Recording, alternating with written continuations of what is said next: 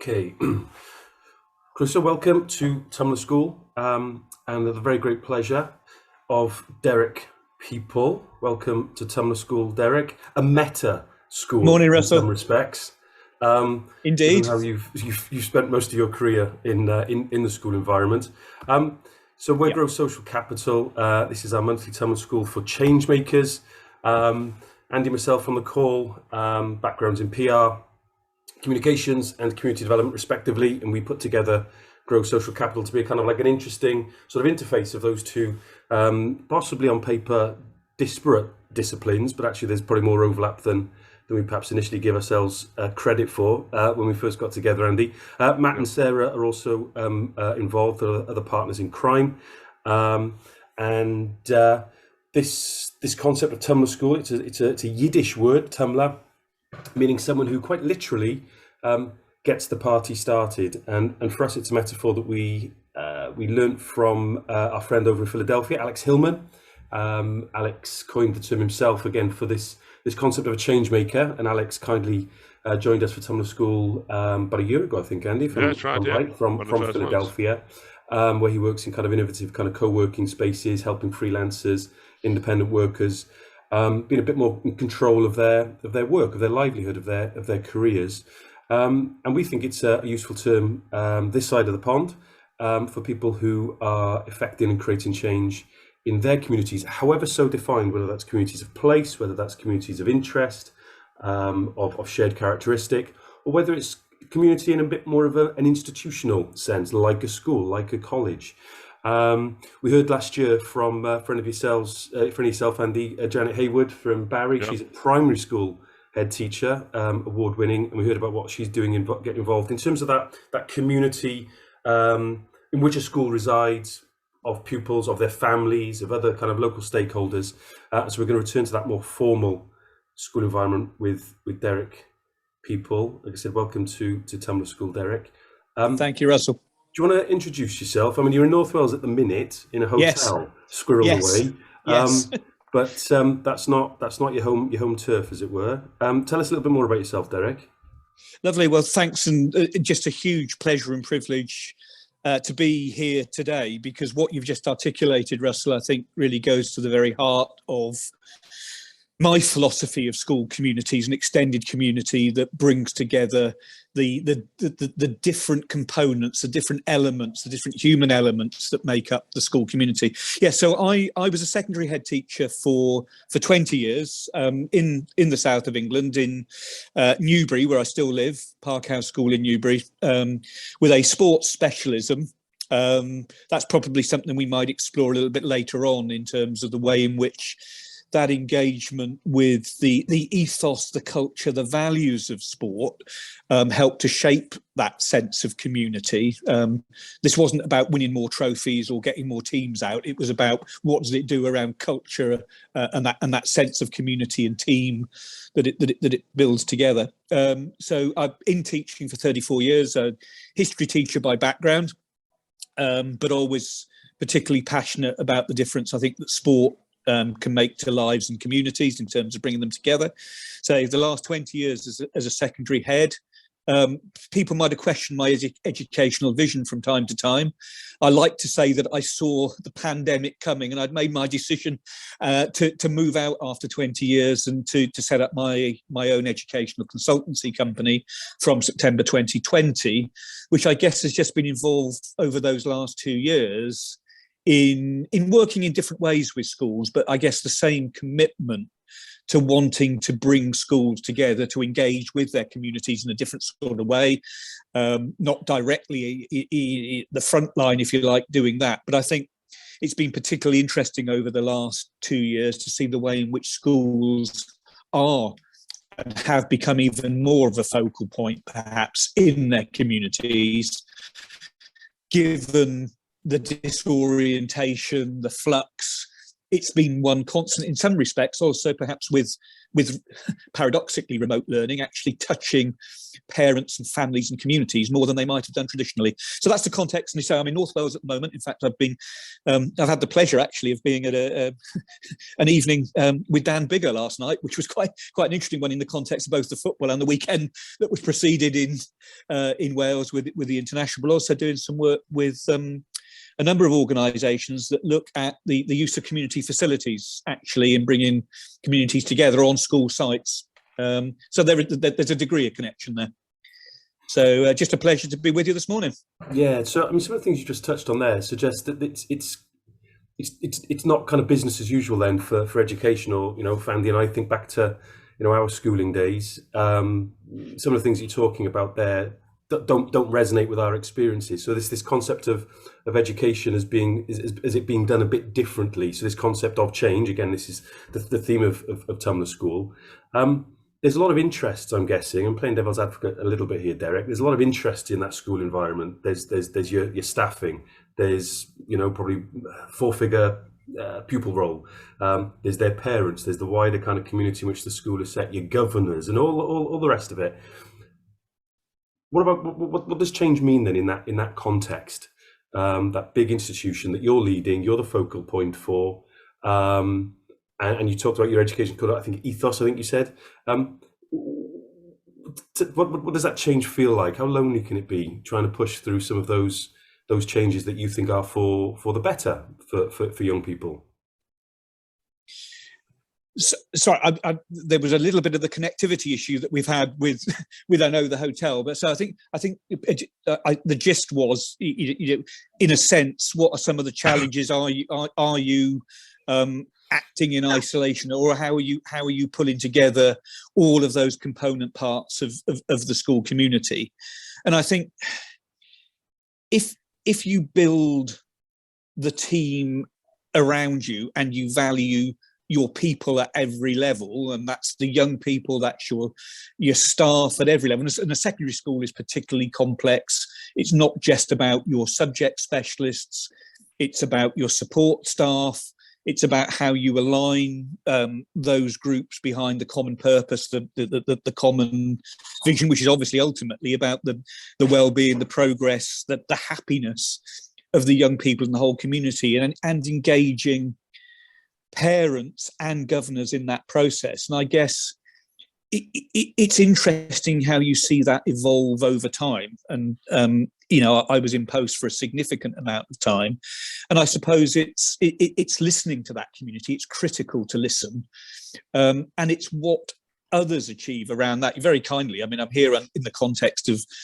being a game changer, but it's actually what the others do. You don't. It's what you empower others to do, what you give others the confidence to do, I think, and that's both the challenge and the joy, and ensuring that everybody feels that they have that part to play in building that process. You do what you can to create the vision, but if that isn't lived, and if those values aren't lived, you can write things on a wall, you can go into reception and it can say this, and this. But if you can't feel that, and it's not lived, and it's not lived at the most challenging of times, then it's probably not having that impact. And critically, I think it's about giving people.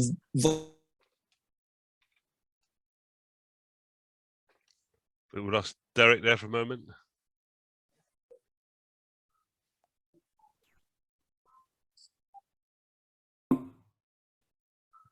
So Derek, does that excite you then? That seeing other people bring that change about, like you said, you maybe help set that vision or put that vision out there, but seeing other people take it forward, does that excite you? And my sort of follow up is that now that, I mean, you're still involved in education, but maybe not in as immersive a sense as you were as a head at Park House. Do you miss it? Yes, absolutely. And I suppose the last 2 years has meant that many people have been working in a more isolated, more remote way, and that happened to coincide with my stepping out of the headship. But probably in that, whatever it was, 3 months of lockdown, it was never more important that you were regularly communicating on a daily basis with your community to give them that sense of actually we are still together. Whether that was, I always used to do a weekly blog, but it was almost a daily blog, and it was just sharing personal experiences. And I think you had the confidence about opening up on personal experience, and it was all right to feel a bit anxious about this, but we're all in it together. Inevitably, I missed that day-to-day contact. Some of the work that I'm doing at the moment is about how that's then facilitated more, how you perhaps take the temperature of an organisation. I'm not particularly keen on that phrase, but you become more immersed in it in a consultative role, and perhaps help to steer a little bit. But yeah, I mean, when you've been intimately connected with the community for that length of time, it is difficult to step away from that. That has been a personal challenge. And I suppose maybe you rationalise it in the sense that you rationalised your journey through teaching. Initially, you came into teaching, or I came into teaching, to make a difference on an hourly basis with groups of 30 children, teaching history as well as I possibly could teach it. You then become a head of department, and you're hopefully getting all of the teachers in that team to teach history brilliantly. Then you take a strategic responsibility as an assistant head teacher, a deputy head teacher for a theme in the school. You step one further step away, but it's about ensuring that the impact and the change is felt more broadly. And ultimately, as a head, I suppose it's how do you bring in, how do you conduct.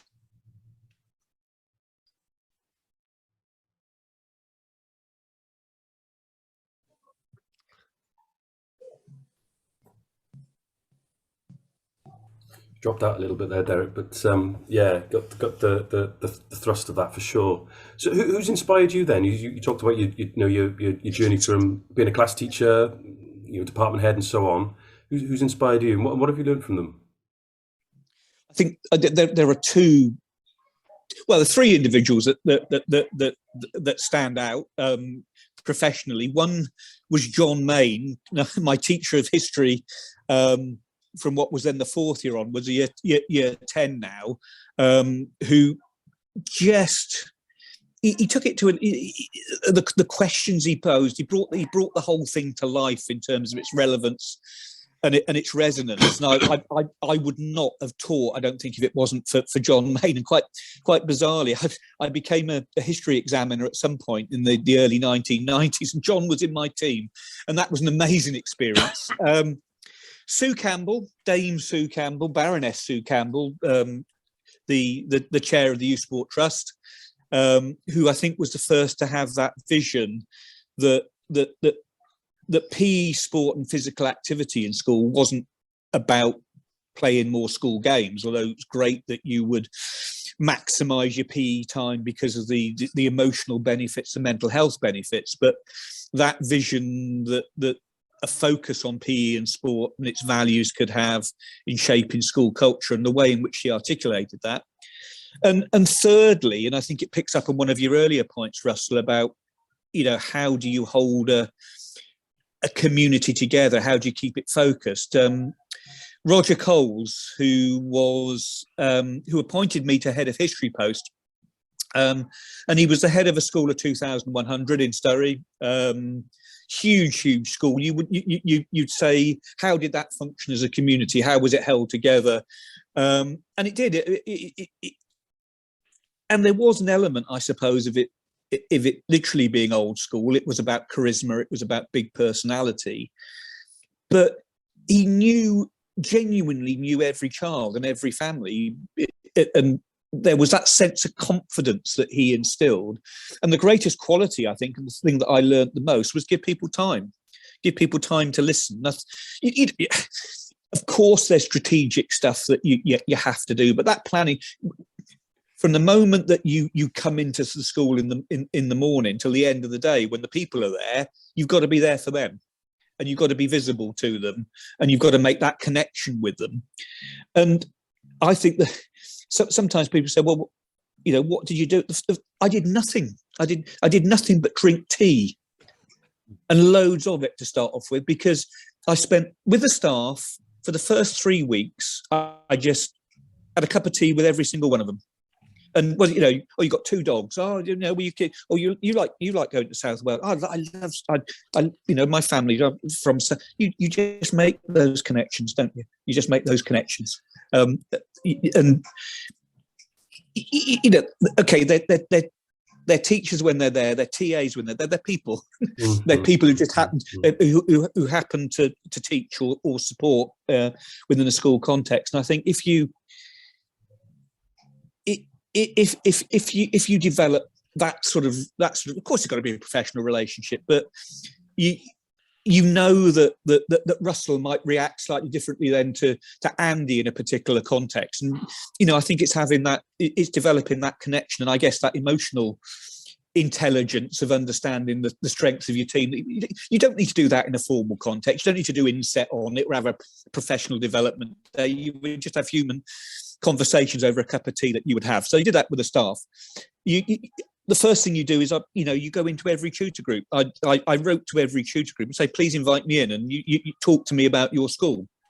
Talk to me about what's good about it and what you want to improve. And we formalised that over time. And we had a student council, and the head boy, head girl, senior students, they would chair that council. I'd have lunch with them every Friday, and they'd feed back to me on the good, the bad, and the ugly of what was going on. And we would formalise that termly, where we bring in both the young people and parents, and we would simply say, what should we keep doing? What should we start doing? And what should we stop doing? And get that sort of feedback. And in a PE and sport context, and this was something that came out of the Youth Sport Trust. We also had something called the school sport change team, and it wasn't about, again, how should we win more medals, but we focused on PE and school, and what did they like doing, what did they not like doing, did they want to do more recreational stuff, alternative stuff. And it was a cross section of young people, some who would be playing hockey, playing rugby, playing netball for the school, and others that didn't like it and wanted it changed. And I think you create that dialogue, I guess, and you create that trust, and that actually the young people, the staff, will be listened to. I still did daily I could have fired out emails. We could have done it all by email to the staff. We all got together for 5 minutes in the morning and said, these are the important things that are happening, and we had a joke. And at the end of the week, staff nominated who it was that had done the faux pas of the week, or who it was that done something special for the community, and we celebrated it. And it was all over. It was all over the school. And I think the other thing was that, and I think, Russell, you've seen these. We used to use sporting images a lot. Big paintings in the school. We would take Seb Coe's scream as he crossed the line in Moscow, and we turn it into a Munch-style painting, or it was Ben Ainsley on the crest of a Hokusai wave. And they were made in, the young people had produced these. It was reinforcing, the sporting theme, and they were greetings cards. And on a Friday, staff would recommend the children. You'd handwrite to say, Russell, I've absolutely fantastic performance in the football last night, brilliant against the odds, fantastic. Handwritten card arrives on the family's through the letterbox on a Saturday morning. Everybody feels a bit better. They feel positive about what's happened, and it can become too depersonalized, I think, in some respects, if you don't build those relationships at every level.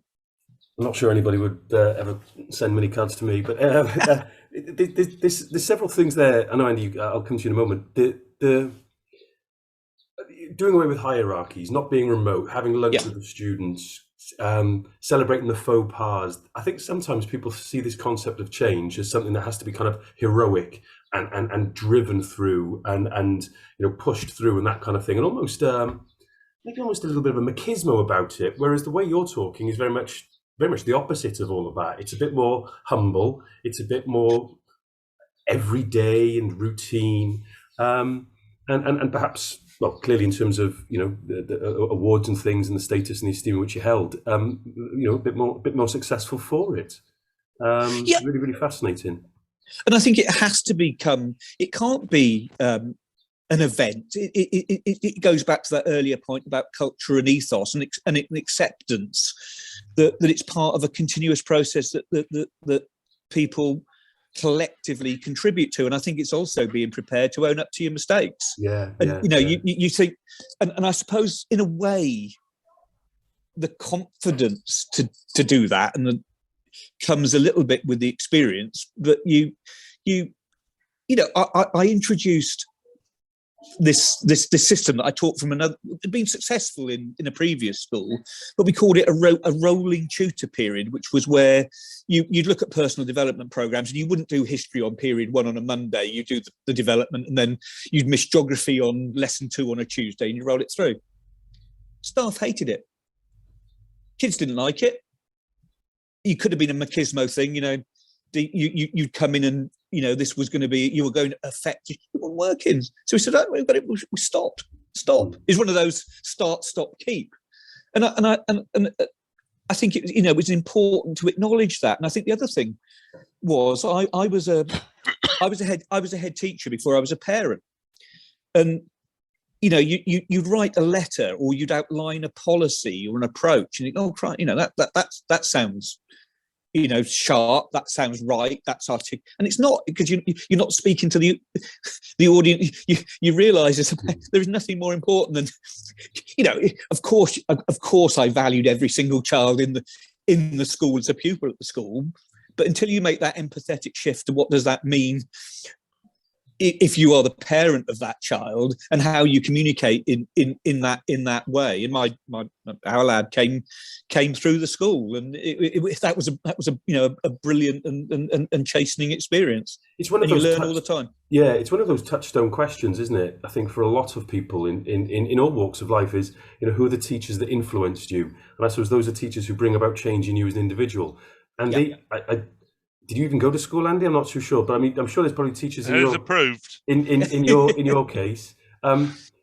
Gareth Davis, who taught me Welsh through GCSE and A level, and John Reid, who taught me geography through the same period. They didn't just teach me those subjects; they taught me why those subjects were relevant and why they were important. And I often think back to the number of times that the learning would pose. I would find myself posing questions of myself. Who would be your teachers, Andy? That's a great question. Well, there's a Mr. Innovator who I'd like to get a football law named after, called Enover's Law, because anytime you gave him lip on the pitch, he'd make you run round and do a lap of the pitch. And I was once on 606 with Richard Littlejohn sharing this, that I just think it's bad a footballer gets the same penalty for kicking an opponent as giving verbals. And I think it would add greatly to the entertainment of the game if you had players running around the pitch. I observed that if you cut the corner, he'd go green, go round again. And so Mr. Enever there, old school, literally, in terms of army veteran and stuff. So there's Joggo Wilkes, who took lots of East End kids around. My wife always amazes, she thinks I've been all over Britain through geography field trips. But you imagine these kids in their Arringtons and jeans and West Ham bobbleheads going across the Pennines, but it was a great experience. So you're absolutely right. I mean, Derek's an absolute inspiration, and it is really a big, strong. We should do more in our society celebrating these proper heroes who make a difference. Derek, there's this concept of social capital that Andy, Matt, Sarah, and I talk a lot about. We're involved in projects soon in Aberystwyth, soon in Merthyr Tydfil, Monmouthshire, amongst others. Andy's been doing the Cockney Conversations month this month. Was it the third? I don't do the accent very well. Was it third to the third to the third to the fourth for the fourth? Fourth, yeah. Again, on paper, demographically, geographically, maybe fairly diverse communities. But again, in terms of what makes people tick, what motivates them, how they respond to some of the kind of the interventions, for example, that you've alluded to in a school environment, Derek. Social capital is at the heart of that, bringing people who are potentially diverse, competing, different interests.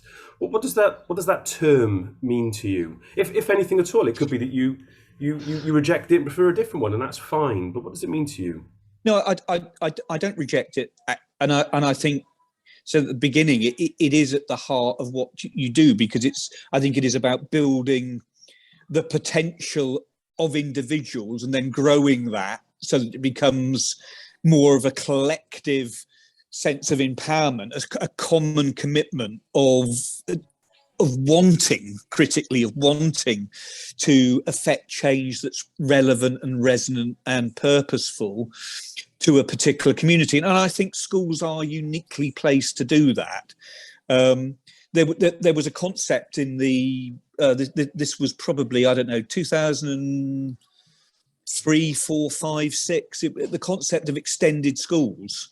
And formalising the concept of being community hubs, and whether actually there was a connect there with healthcare, whether you were looking at wider services, whether you were looking again at some sports facilities, or whether you would bring sports clubs but more social clubs into your communities as well. And I think it is very much about empowering those individuals to move out of that sense of, and we know society at a number of levels has become more atomized. I mean, we might want to track that back to the 70s, the 80s, various political imperatives and the impact of COVID. But this is an opportunity, and I think we are in a unique moment where I think you said, Andy, about those individuals who can affect change. Schools that look at that community role and engage with other agents in the community that are making that change, and if you like, maximize that and are a catalyst for that sort of change and impact, is massive. So I think social capital has been, never more significant. We've talked about social distancing. I know in a different context, we need social cohesion. We need the capital that's created in that way. I understand some physical distancing needs to happen, but socially and emotionally, it's never been more resonant or more important. Yeah. Can I come in, Russell? Because it's been inspiring listening to you, Derek, and in one sense, also there's a frustration on my part, because you were describing a lot of behaviours that you do at what's called an unconsciously competent level. You do it without thinking, label it common sense, obvious, and so on. And the problem is actually it's not common, and for a lot of people, it's not obvious. And the challenge we've got is, how do we get like bottled Derekdom or Derekdom? And at the heart of that really is that you are a bloody good social capitalist. You recognise the value in relationships, shared time, shared experience, shared identity, creating like positive narratives of like community. But it exists too much at an unconscious level that people like you who are good do it instinctively, but we don't like bottle it, distill it, process it enough to get it more widespread. I mean, is that a sort of bit of unfair rant for me, or? No, I think it's that, and I think one of the issues in education has been that league tables, performance that is driven, actually creates a competitive paradigm. And actually, wouldn't it make far more sense that if you've got 3 secondary schools within a medium-sized town, for example, that they would work, that actually Ofsted, or if Ofsted exists, it ought to be first and foremost recognising how those schools work collaboratively together to make a difference in those communities, rather than school X, secures 73% 5+A to C or whatever it is on the back, and school Y secures 68.4. And I think to some extent that's been disincentivized. But I mean, my approach, to that would be that if you have young people who feel safe, secure, supported, valued within their community, what a surprise they also happen to achieve, by and large, and make progress. I mean, there's some fairly basic psychology within that, but I think it's been, we've seen that hasn't, and perhaps it shouldn't be incentivized, perhaps it should be common sense. But if we look at professional development, if we think about structures, that support teachers and new leaders in school, we shouldn't necessarily be thinking about, what is going to drive that positioning within speed tables. It's what difference leader within your community. But is there a challenge? I'm using some flash fancy words here, but like everything's a bit sort of dialectical. Like you've got the specific thing that you then correspond and relate to, and then there's the dialogical where it's like the sort of there's no definite sense or shape to something, but you just do it and you know something good will emerge. And I'm just wondering that, you know, on the one hand, people like Grow Social Capital have got to do more to formalize and make available and make it more understood, like the processes of social capital. But at the same time, then you've got this sort of juggernaut of KPIs that fail to recognize, you know, collaboration, communal good, communal cohesion, and so on. So, I mean, what can we do to sort of change things? Well, I mean, I think what you're doing in terms of, you know, capturing these ideas, it's, I mean, this ought to be first and foremost, you know, this ought to be a compulsory part of the school leadership standards, if you like, in terms of, you know, ultimately it's down to individuals to decide what their approach to, you know, to leadership is going to be. But I think if you articulate this and you think about the difference that it makes, I'm hopeful, optimistic that if we have learned from the last 2 years, again, it is about the importance of creating that community cohesion, and how schools in particular can offer that framework. You don't need to graft anything on it.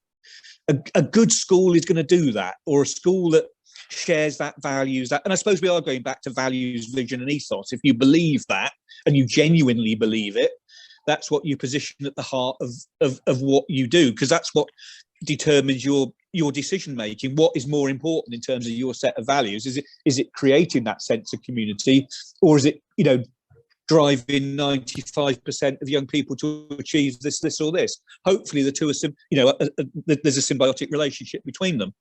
But I think, you know, if there was the opportunity to influence decision making at the Department for Education, or of those that articulate what effective leadership in school, it a little bit formally. So would that be would that be what you would put to, you know, I mean, you're in Wales at the minute, Jeremy Miles, Minister of Education here, or whether it was back over the border, Nadeem Zahawi? If you had a minute with them, would that be the sort of thing that you would put to them? I think, I mean, one of the things that has frustrated, so I think I mentioned earlier on, and once upon a time I was an examiner. Let's think about how do we assess the worth, the value formally of young people and what they contribute to their school, to their community, and so forth. And what has the debacle of the last 2 years and the examinations system shown us? Well, at the moment, we sit young people 4 feet away from each other in silence, handwriting examinations where they don't interact with any other human being to assess their formal worth. It's an utter nonsense in my view. And you know, when we've seen everything that the pandemic has done to undermine the credibility of that traditional examination system, I think we need to look fundamentally. And if we did this, maybe that would help to recalibrate what schools do and what's really important.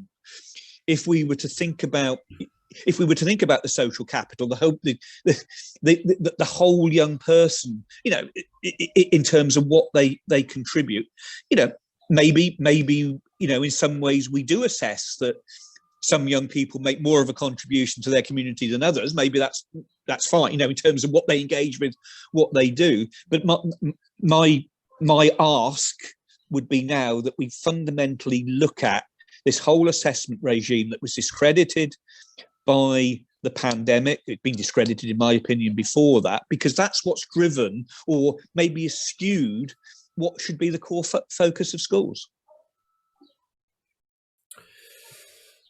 Andy, what do you think of that answer? Is he going to do a lap of the hotel grounds? Mr. Renner will be bloody proud of you, Derek. And as I say, I think you're doing a cracking job. And I think you've highlighted, actually, we do need to get out there a greater understanding of social capital. They're often sort of buried under the label soft skills, but they're fundamental skills in like spending time with people, relationships and community, which doesn't get formally recognised enough.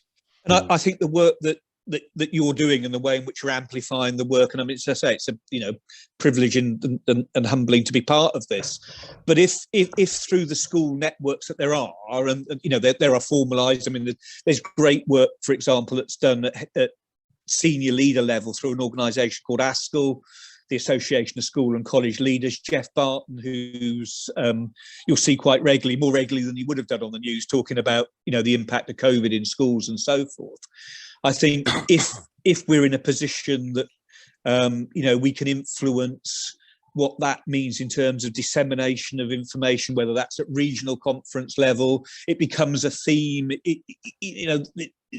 I think it's these opportunities, to really amplify its importance. And I think what you're doing here and is just utterly brilliant.